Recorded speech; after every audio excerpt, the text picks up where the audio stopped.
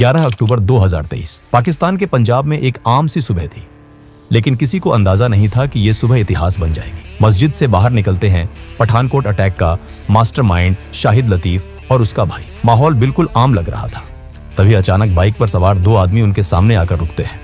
बंदूकें तनी होती हैं।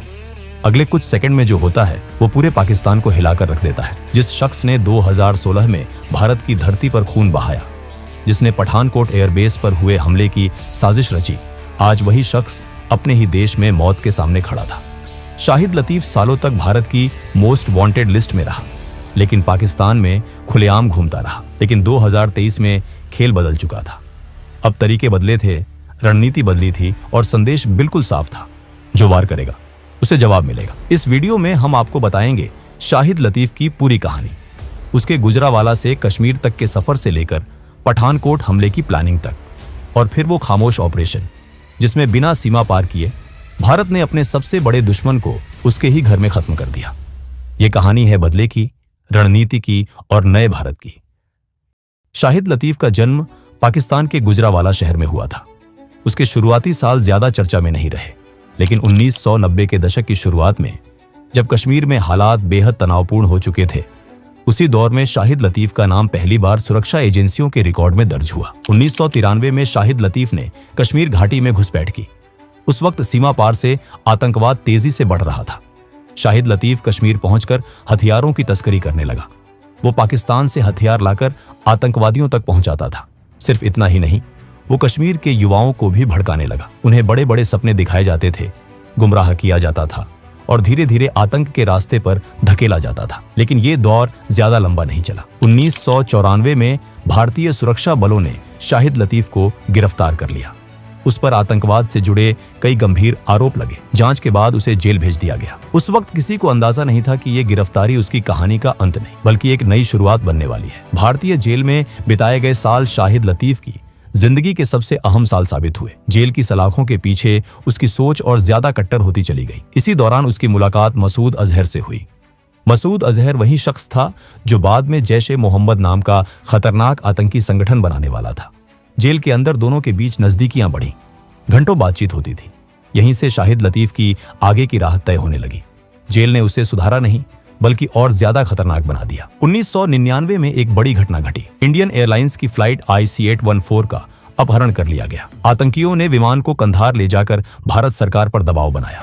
उनकी मांग साफ थी, मसूद अजहर और कुछ दूसरे आतंकियों को रिहा किया जाए। उस वक्त आतंकियों की जो सूची सामने आई, उसमें शाहिद लतीफ का नाम भी शामिल था, लेकिन भारत सरकार ने उसे छोड़ने से इनकार कर दिया। मसूद अजहर रिहा होकर पाकिस्तान चला गया, लेकिन शाहिद लतीफ जेल में ही रहा।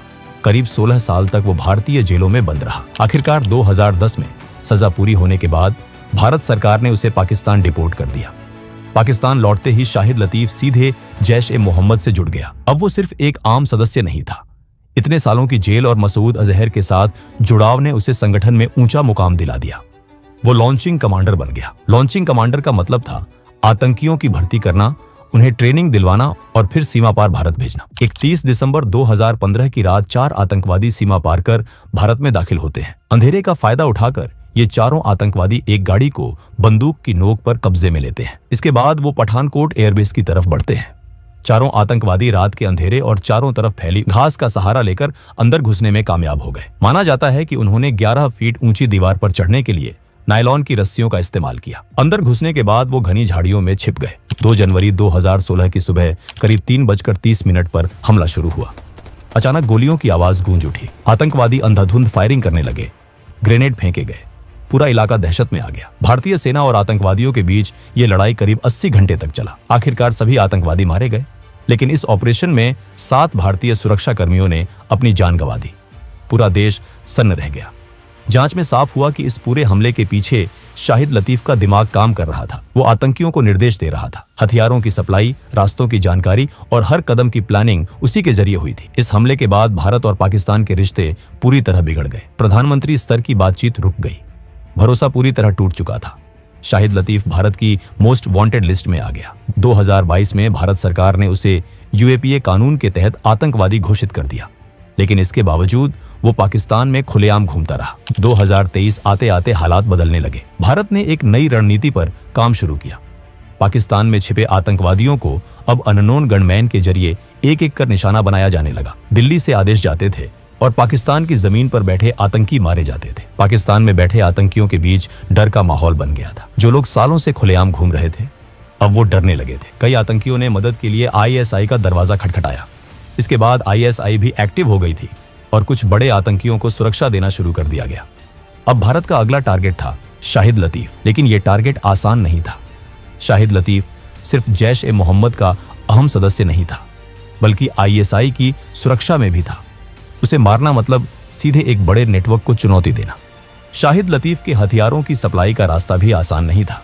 उसकी गन सप्लाई बांग्लादेश से आती थी। इस नेटवर्क का एक अहम नाम था मोहम्मद उमैर। मोहम्मद उमैर बांग्लादेश से पाकिस्तान में हथियारों की तस्करी करता था, लेकिन वो सीधे शाहिद लतीफ को गन सप्लाई नहीं करता था। मोहम्मद उमैर पहले पाकिस्तान के बड़े बड़े गैंगस्टरों को हथियार देता था। वही गैंगस्टर आगे शाहिद लतीफ तक ये गन पहुंचाते थे। जब भारतीय खुफिया एजेंसी रॉ को इस पूरे नेटवर्क की जानकारी मिली, तो उन्होंने सीधा हमला करने की बजाय दिमाग से काम लेने का फैसला किया। कुछ भारतीय एजेंट बांग्लादेश पहुंचे और मोहम्मद उमैर को पकड़ लिया गया। शुरुआत में उमैर डर गया, लेकिन फिर उसे एक ऑफर दिया गया। रॉ एजेंट ने उसे कहा कि अगर वो अपने कॉन्टैक्ट्स का इस्तेमाल करके शाहिद लतीफ की लोकेशन बता दे तो उसे बहुत सारा पैसा मिलेगा। मोहम्मद उमैर पैसों का लालची था। उसने ज्यादा सोच विचार नहीं किया और भारत की मदद करने के लिए तैयार हो गया। इसके बाद मोहम्मद उमैर ने अपनी पूरी ताकत झोंक दी। उसने पाकिस्तान के गैंगस्टरों से दोबारा संपर्क शुरू किया और किसी तरह शाहिद लतीफ की सही लोकेशन निकलवा ली। पता चला कि शाहिद लतीफ पाकिस्तान के पंजाब के दस्का इलाके में रह रहा था। ये इलाका सियालकोट के पास था और सुरक्षा के लिहाज से सेंसिटिव माना जाता था। मोहम्मद उमैर के लोग लगातार शाहिद लतीफ पर नजर रखने लगे। वो कब निकलता है, कहाँ जाता है, किसके साथ रहता है, हर छोटी बड़ी जानकारी इकट्ठा की जाने लगी। ये सारी खबरें धीरे धीरे रॉ तक पहुंचती रहीं। निगरानी में ये बात साफ हो गई कि शाहिद लतीफ हर वक्त अपने साथ 2 बॉडीगार्ड रखता था। वो कहीं भी अकेले नहीं जाता था। ऐसे में उसे खुले में मारना लगभग नामुमकिन लग रहा था। लेकिन निगरानी के दौरान एक अहम बात सामने आई। शाहिद लतीफ हर सुबह सियालकोट की नूरी ए मदीना मस्जिद जाता था। मस्जिद के बाहर तक उसके बॉडीगार्ड उसके साथ रहते थे, लेकिन अंदर नमाज पढ़ने वो अकेला ही जाता था। यही वो एक पल था जब शाहिद पूरी तरह अकेला होता था। रॉ को लगा कि यही सबसे सही मौका हो सकता है। इसके बाद रॉ ने एक और चाल चली। रॉ ने फैसला किया कि इस ऑपरेशन को बाहर से नहीं बल्कि अंदर से अंजाम दिया जाएगा। मोहम्मद उमैर को ही पाकिस्तान भेजने का फैसला हुआ। उसे कहा गया कि अगर उसे पैसे चाहिए तो उसे खुद इस ऑपरेशन को पूरा करना होगा। रॉ ने ऐसा क्यों किया, ये आपको आगे पता चलेगा। लेकिन मोहम्मद उमैर पैसों के लालच में आंख बंद करके सब कुछ मानने को तैयार हो गया। 8 अक्टूबर को मोहम्मद उमैर पाकिस्तान के लिए रवाना हो गया। प्लान बिल्कुल साफ था। 9 अक्टूबर को जब शाहिद लतीफ मस्जिद के पिछले दरवाजे से बाहर निकलेगा, उसी वक्त उसे गोली मार दी जाएगी। 9 अक्टूबर 2023 की सुबह 2 शूटर मस्जिद के पास पहुंच गए। दोनों मस्जिद के पिछले गेट पर खड़े थे। समय बीतता गया, लेकिन शाहिद लतीफ बाहर नहीं आया। काफी देर तक इंतजार होता रहा। तभी मोहम्मद उमैर के एक आदमी ने देखा कि शाहिद लतीफ सामने वाले गेट से अपने बॉडीगार्ड्स के साथ निकल चुका था। सामने वाले गेट पर पुलिस की तैनाती रहती थी। वहां किसी भी तरह का अटैक करना सीधा खतरे को बुलावा देना था। दरअसल उस दिन किसी वजह से मस्जिद का पिछला गेट बंद कर दिया गया था। इस एक बदलाव ने पूरा प्लान बिगाड़ दिया। 9 अक्टूबर का ऑपरेशन पूरी तरह फेल हो गया। शूटर वहां से बिना कुछ किए लौट गए। मोहम्मद उमैर घबराया हुआ था। उसे लगने लगा कि अब वो खुद खतरे में है, लेकिन भारतीय एजेंसी ने उसे शांत रहने को कहा। यह साफ कर दिया गया कि खेल अभी खत्म नहीं हुआ है। इसके बाद तारीख बदली जाती है। नई तारीख तय होती है 11 अक्टूबर 2023। इस बार प्लान और ज्यादा सावधानी से बनाया गया था, क्योंकि एक गलती पहले ही हो चुकी थी और अब दूसरी गलती की कोई गुंजाइश नहीं थी। 11 अक्टूबर की सुबह शाहिद लतीफ रोज की तरह नूरी ए मदीना मस्जिद के अंदर जाता है। लेकिन आज एक फर्क था। आज वो अकेला नहीं था, उसके साथ उसका एक भाई भी मौजूद था। मस्जिद के बाहर मोहम्मद उमैर के 2 शूटर बाइक पर सवार होकर पास ही रुकते हैं। बाइक चालू हालत में थी ताकि जरूरत पड़ते ही वहां से निकल सके। मोहम्मद उमैर ने अपने 2 और आदमियों को मस्जिद के अंदर भेज दिया था। उनका काम सिर्फ इतना था कि यह पता लगाना कि शाहिद लतीफ किस गेट से बाहर निकलेगा। वहीं मोहम्मद उमैर खुद पास की एक इमारत में छिपकर पूरे हालात पर नजर रखे हुए था। कुछ ही देर में नमाज खत्म होती है। मस्जिद के अंदर मौजूद उमैर के दोनों आदमी देखते हैं कि शाहिद लतीफ और उसका भाई पीछे वाले गेट की तरफ बढ़ रहे हैं। बिना देर किए वो ये खबर बाहर खड़े दोनों शूटरों तक पहुंचा देते हैं। जैसे ही ये संकेत मिलता है, बाइक पर बैठे दोनों शूटर तेजी से मस्जिद के पिछले गेट की तरफ बढ़ जाते हैं। उसी वक्त शाहिद लतीफ और उसका भाई गेट से बाहर निकलते हैं और अपने बॉडीगार्ड्स की तरफ बढ़ने लगते हैं। अचानक बाइक पर सवार दोनों शूटर उनके सामने आ जाते हैं।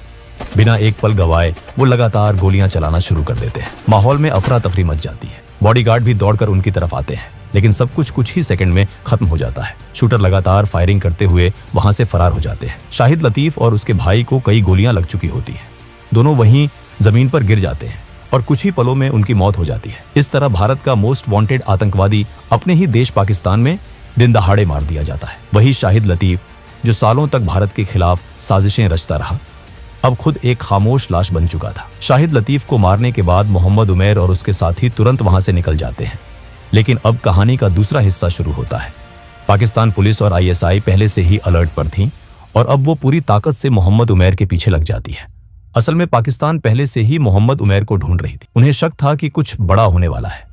दरअसल शाहिद लतीफ की लोकेशन पता करने के लिए उमैर ने कई पाकिस्तानी गैंगस्टरों से संपर्क किया था। शाहिद लतीफ पर हमले से एक दिन पहले इनमें से एक गैंगस्टर को पाकिस्तान पुलिस ने किसी दूसरे अपराध के मामले में पकड़ लिया था। उस गैंगस्टर को लगने लगा कि उसे इसलिए गिरफ्तार किया गया है क्योंकि उसने शाहिद लतीफ की लोकेशन बताई थी।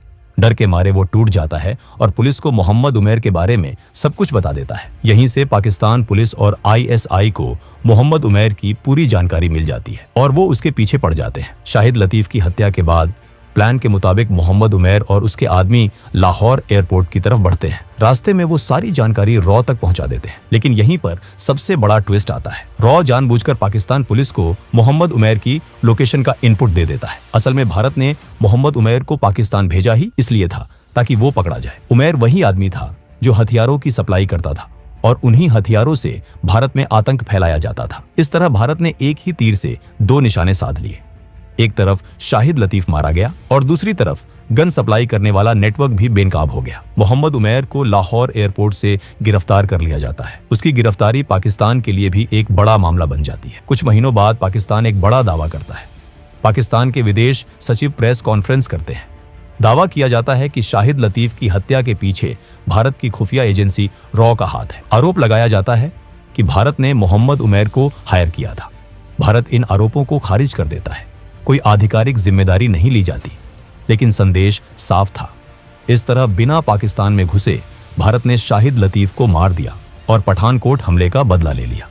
इस घटना के बाद पाकिस्तान को यह समझ आ गया कि अब हालात बदल चुके हैं।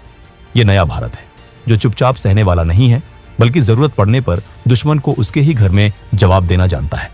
दोस्तों, अगर वीडियो पसंद आया हो तो वीडियो को एक लाइक जरूर करें और चैनल को भी सब्सक्राइब जरूर करें। हम ऐसे ही वीडियो हर हफ्ते लाते रहेंगे। तब तक के लिए जय हिंद।